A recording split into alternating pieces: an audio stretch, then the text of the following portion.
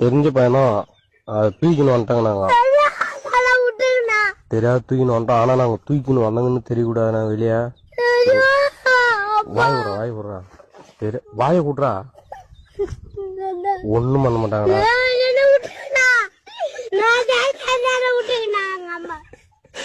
ஒண்ணும் பண்ண மாட்டாங்கடா. கார்ல எடுத்துன்னு போவாங்க.